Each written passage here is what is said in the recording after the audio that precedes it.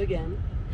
Um, I mean, if you've been watching my videos, you know why I'm pretty much here in your face talking. Um, I wanted to, I guess, shed a little light today about addiction and significant others. So, am still, I'm in a 12-year relationship. Now, the person that I am with, um, we got high together, we got clean together, we went to rehab together, all of that. I just wanted to say, I guess, in rehab, they told us that we wouldn't make it, that it's not going to last because that's what our relationship was based off of, which it wasn't. We had a child together, one child at the time, but yeah, they say, you shouldn't be with that person. If you were getting high with them, you shouldn't be with them. I feel that's not right for some people. That might be true for most people. But it's really about how you feel. I mean, if you feel that that other person is toxic for you, if you think that, well, first, let me say, if they're not ready to take that step with you, if they're not ready to get clean and change their life, then no. I would say just keep it moving, focus on yourself. You can do it. But if they are willing to take that step and they're like, yeah, I want to make this work, I want to do this with you, why not? That's a good support to have, especially because that person is going through the same thing. So you automatically have that there to where, like, if you're getting like stinking thinking, that person's there to be like, hey, well, here, let's get back on the right track.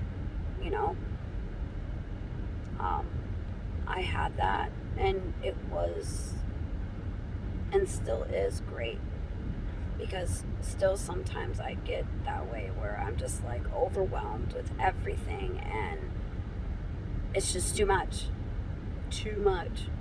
and I'm like, oh my god, like, if I could just, oh my gosh, if I could just,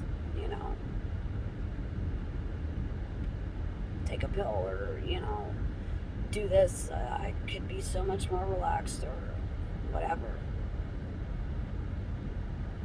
As soon as that thought crosses my head, he's there like, nope, we're not going to do that. Or my kids come running around the corner and I automatically have to get that out of my head, because they're coming around the corner like, oh, Mom, please, I need this. She's touching me. She's looking at me. Can you please tell her to stop looking at me? Like, those are the fights that, I have to deal with. I think most people have to deal with that have kids. But, yeah, I just wanted, I guess, to shed a little light on that. If you have that person in your life and they're willing to change with you, I would say go for it.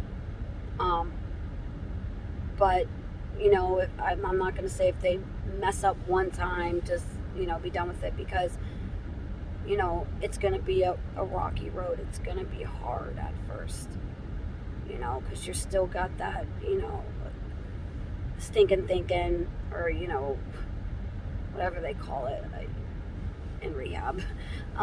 You still have that in your head, it took me a long time to get those thoughts, like, to a point where, if I think for 1 minute, okay, I can't do this. I can't, like, it would just be so much easier if I gave up. As soon as that thought comes in my head, I'm to the point where I'm like, all right, no, I'm good. But like I said, it took me a long time to get to that point.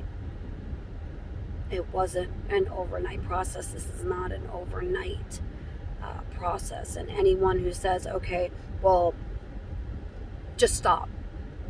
You can just stop. What? Stop?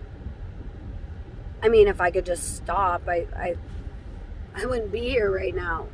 You know, it's not that easy. And people that don't go through it, most people, I should say, that don't go through it, don't understand that, you know.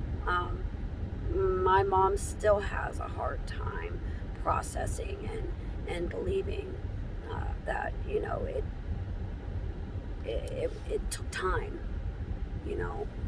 And she sometimes still is like, you know, why don't you get off of the methadone? I mean, I'm working my way towards there, but I can't just do it overnight, you know. Granted, I was getting pregnant, you know, and they don't like to detox you when you're pregnant, which is, you know, they're thinking of the baby. And that's fine. I'm not in a rush to, you know, get off of it. I'm at a place right now where I'm good with myself. I'm comfortable with myself. And I think the methadone really has helped a lot for my mental state, you know, to say, okay, I don't need any of that. I don't need the people that were in my life. I don't need, you know, I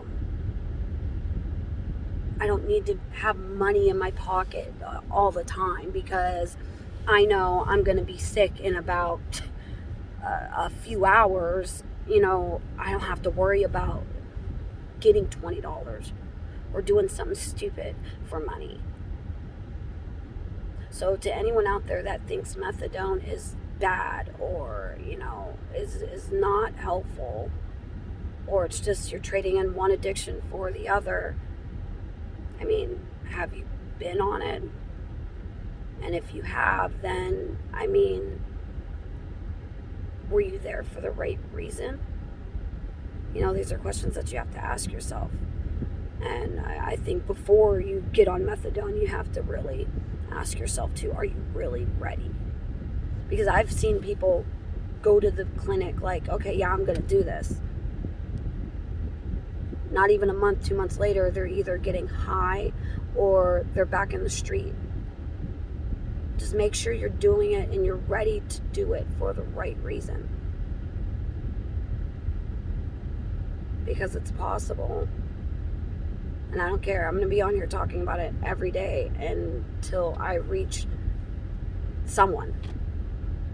I don't care if I'm talking to myself. I mean, this is therapeutic for me. But it's something to think about. So, I guess get used to my face. Not that it's, you know, really great to look at, but these are issues that I think people need to talk about more. And stop being so judgmental to those who've had an addiction, who are going through an addiction. Or that homeless person that you see, you know, sitting outside of the store. You don't know what happened to them for them to get to that point. But more to come at a later time. Thanks again for listening. Like, share, subscribe. I'm going to be here for a while. Bye.